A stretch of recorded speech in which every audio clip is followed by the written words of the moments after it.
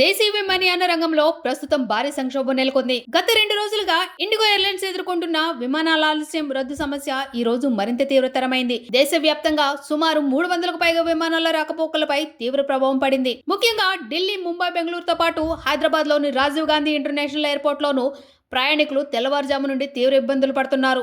ఈ గందరగోళానికి ప్రధాన కారణం ఇటీవల directorate general of civil aviation చేసిన ఫ్లైట్ డ్యూటీ టైమ్స్ లిమిటేషన్స్. పైలట్లు మరియు క్యాబిన్ సిబ్బందికి ఎక్కువ విశ్రాంతి సమయాన్ని తప్పనిసరి చేయడంతో ఇండిగో తమ భారీ షెడ్యూల్ నిర్వహించడానికి సరిపడా పైలట్లు అందుబాటులో లేక తీవ్ర ఇబ్బందులు పడుతోంది. దీనికి తోడు ఇటీవల సాంకేతిక లోపాలు, వాతావరణంలో వచ్చిన మార్పులు కూడా తోడవడంతో పరిస్థితి చేదాటిపోయింది. సిబ్బంది తీరుతో కూడా ప్రయాణికులు తీవ్ర అసహనానికి లోనవుతున్నారు. ఇండిగో అధికారులు ఈ సమస్యను పరిష్కరించడానికి ప్రయత్నిస్తున్నప్పటికీ ఈ ఆలస్యంపై డీజీసీఏ తీవ్రంగా స్పందించింది. ఇండిగో యాజమాన్యాన్ని విచారణకు పిలిచి ఈ సంక్షోభానికి కారణాలు, తీసుకుంటున్న చర్యలపై వివరణ కోరింది. రాబోయే 48 గంటల్లో షెడ్యూల్ సర్దుబాట్లు చేసి పరిస్థితిని అందుబాటులోకి తీసుకొస్తామని ఇండిగో ప్రకటించింది. ప్రయాణికులు తమ ప్రయాణాల ఖచ్చితమైన సమాచారం తెలుసుకుని మాత్రమే ఎయిర్పోర్ట్ కు రావాలని అధికారులు సూచిస్తున్నారు.